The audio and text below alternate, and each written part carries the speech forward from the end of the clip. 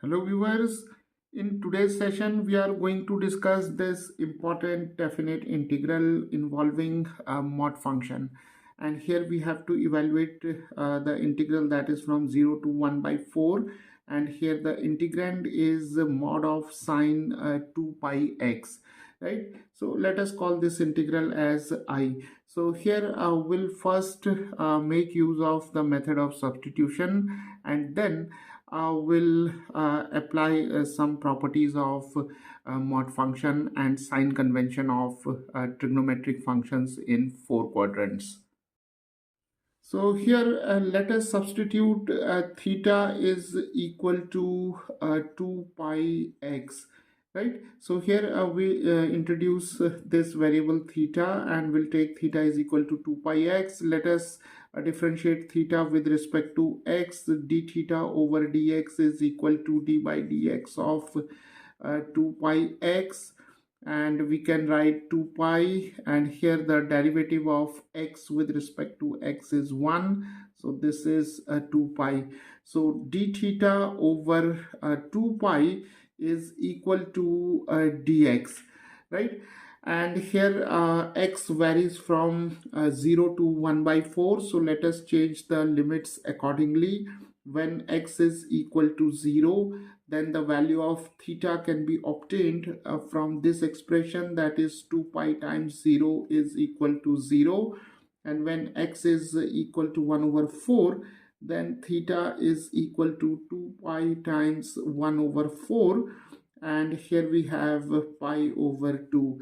So when x changes from 0 to 1 by 4, theta varies from 0 to pi by 2, right? So now this integral I can take the form in terms of theta, that is theta varies from 0 to pi by 2, and here we have mod of sine theta.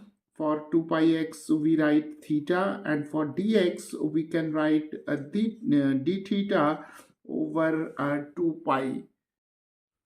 So now taking 1 over 2 pi outside the integral, we have 0 to pi by 2, and here we have mod of sine theta and d theta.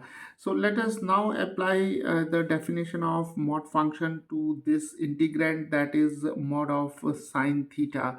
Now see, we know that mod of p is defined as positive p whenever p is greater than 0, and mod of p is 0 when p is equal to 0, and mod of p is equal to negative p whenever p is less than 0, right? And here if we look at the four quadrants, then here we have theta 0, here we have pi by 2, here we have pi, here we have 3 pi by 2, and then we have here a 2 pi. So this is the first quadrant, this is second, this is third, and this is fourth, right? Now here the value of theta, it goes from 0 to pi by 2, right? So it implies that we have to restrict ourselves to the first quadrant only.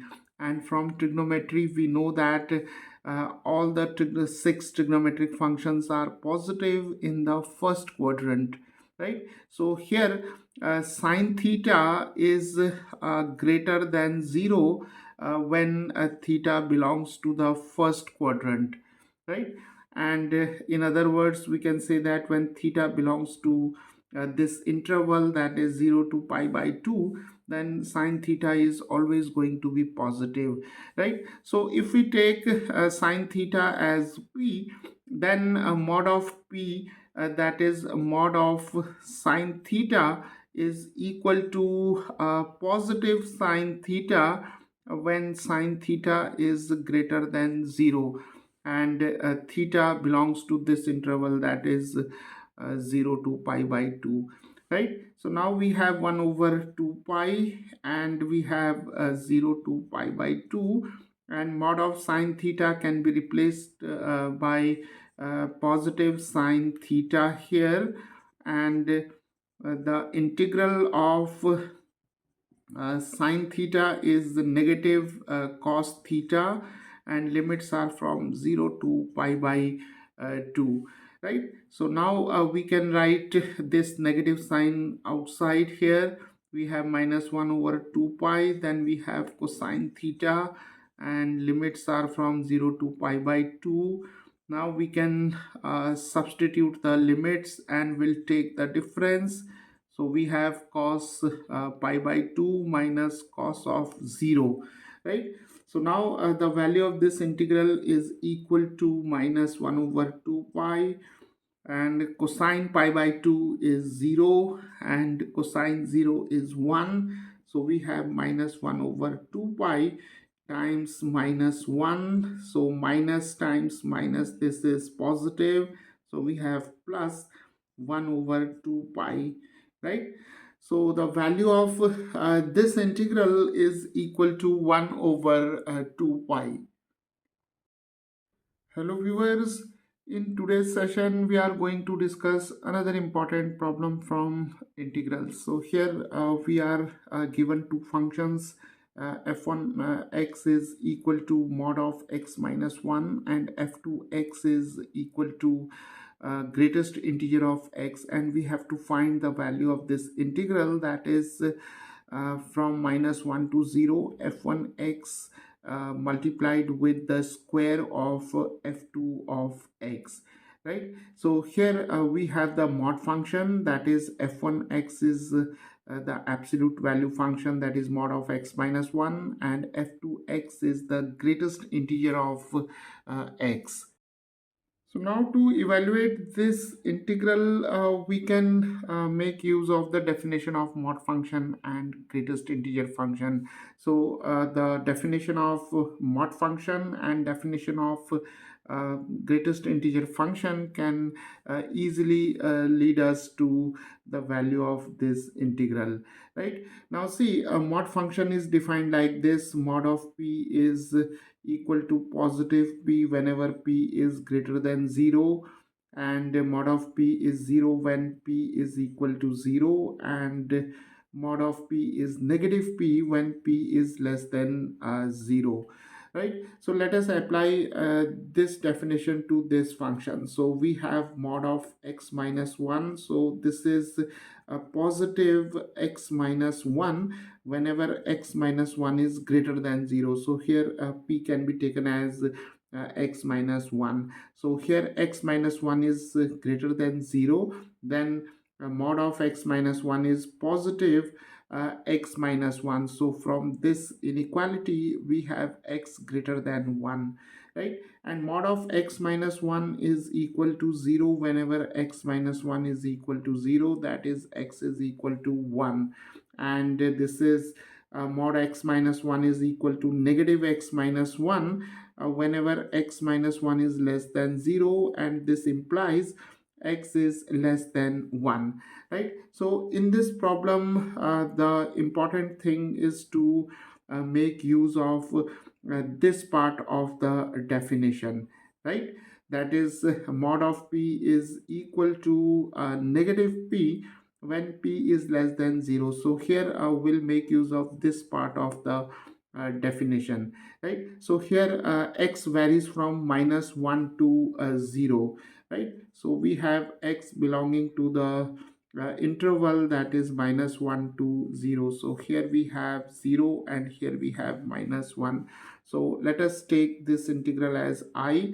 So when we vary x from minus 1 to 0, then all the values of x are obviously less than 1, because all the x are falling between minus 1 and 0, right? So here x is less than 1, so all the values of x falling in this interval are less than 1. So here mod of x minus 1 is it can be written as negative of x minus 1 when x is less than 1, because here the limits of integration are from minus 1 to 0, right? So now this integral I can be written as minus 1 to 0, and f1x is mod of x minus 1, and here f2 of x is the greatest integer of x square, right? Okay, so now we can replace mod of x minus 1 as negative x plus 1, right? So here we have minus 1 to 0, and here we have minus x plus 1. And now let us see this function, that is greatest integer of x. Now here we have x greater than or equal to minus 1 but less than 0. So whenever x is greater than or equal to minus 1 but less than 0, then by definition of greatest integer function, the value of greatest integer of x is equal to minus 1, right? So here we'll replace greatest integer of x by minus 1, so we have minus 1 square and dx. So here we have used the definition of greatest integer function. When x is greater than or equal to minus 1 but less than 0, then the greatest integer of x is equal to minus 1. Similarly, when x is greater than or equal to minus 2 but less than minus 1, then the greatest integer of x is equal to minus 2. And similarly, when x is greater than or equal to say 2 but less than 3, then the greatest integer of x is equal to 2, right? So here we have used the definition of greatest integer function. So x greater than or equal to minus 1 but less than 0, the greatest integer of x is equal to minus 1, because here the limits of integration vary from minus 1 to 0. So now we can simplify. We have minus 1 to 0. Minus 1 square is positive 1, so we have simply minus x plus 1 and dx. Now the integral of minus x plus 1 is simply minus x square over 2, and the integral dx is here simply x, and limits are from minus 1 to 0. So let us substitute the limits and we'll take the difference. So when x is equal to 0, both these terms are 0 here, and when we have x is equal to minus 1, then we have minus 1 square is positive, so we have minus 1 over 2, and then here we have minus 1, right? So this is 0, and here we have minus 1 over 2 minus 1 is minus 3 over 2. So this is a minus minus plus, so we have 3 over 2. So the value of this integral is equal to 3 divided by 2, that is simply 1.5. Hello viewers, in today's session we are going to discuss this important problem from definite integrals. So here we are given a function f of t for which we have defined this integral, that is 1 to 8 pi times f of t dt is equal to 1, right? So for any function f of t we are given this condition, and we have to compute the value of this integral using this one, that is from 1 to 2 x square f of x cube dx, right? So let us see how we can compute the value of this integral using this condition, right? Now let us first write this integral as pi times the integral 1 to 8, and here we have f of t dt is equal to 1. So here we have taken pi outside the integral, pi being a constant. So now we can write 1 to 8 and f of t dt is equal to 1 over pi. So the value of this integral is given to be 1 over pi. Now let us find the value of this integral. So let us call this integral as I, right? So here we'll make use of the method of substitution. So let us take here u is equal to x cube, right? So when u is equal to x cube, then du over dx is d by dx of x cube. So the derivative of x cube is 3x square. Using this formula, that is the derivative of x raised to n is nx n minus 1, right?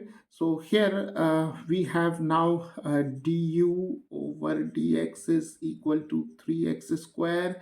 So we can now write du over 3 is equal to x square dx.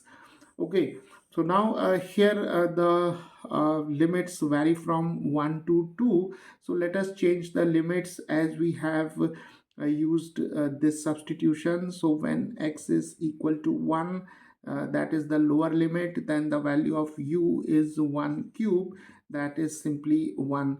And when x is equal to 2, that is the upper limit, then u is 2 cube, that is 8, right? So now this integral I can be written as x equal to 1 to 2, and we have f of x cube, and we can combine here x square and dx.